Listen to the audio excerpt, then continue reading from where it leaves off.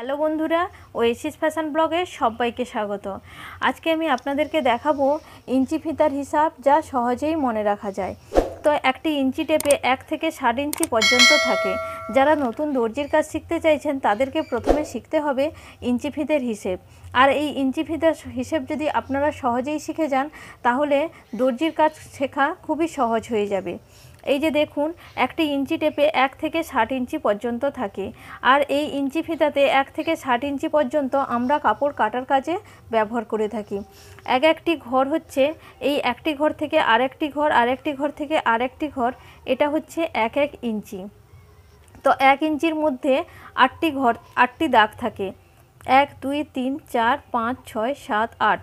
এই 1 ইঞ্চির মধ্যে 8টি দাগ থাকে। দর্জির ভাষায় আমরা এদেরকে সুত বলে থাকি, কেউ কেউ আবার পয়েন্টও বলে থাকে। তো এই 8টি ঘর মানে হচ্ছে 1 ইঞ্চি। এবার দেখুন, 8 সুত সমান হচ্ছে 1 ইঞ্চি।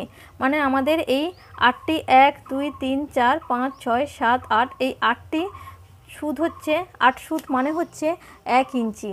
আর 12 ইঞ্চি মানে হচ্ছে 1 ফুট। এই দেখুন, 1 ইঞ্চি থেকে এই যে 12 ইঞ্চি, এই 12 ইঞ্চি সমান হচ্ছে আমাদের 1 ফুট।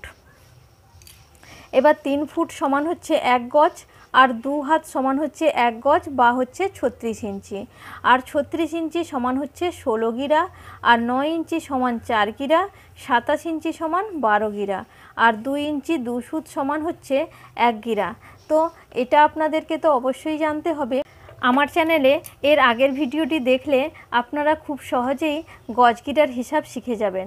তো দর্জির কাজ শিখতে গেলে আপনাদেরকে ইঞ্চি, ফুট আর গজ, গিরা এইসব হিসেবগুলো অবশ্যই জানতে হবে। তো ভিডিওটি ভালো লাগলে একটা লাইক করবেন, আর সাবস্ক্রাইব করা না থাকলে সাবস্ক্রাইব করবেন। আর গজ গিরার হিসাব জানতে হলে আমার চ্যানেলে এর আগের ভিডিওটি দেখতে হবে, তাহলে খুব সহজেই শিখে যাবেন গজ গিরার হিসাব। আজ তাহলে আসি, দেখা হবে পরের কোনো ভিডিওতে।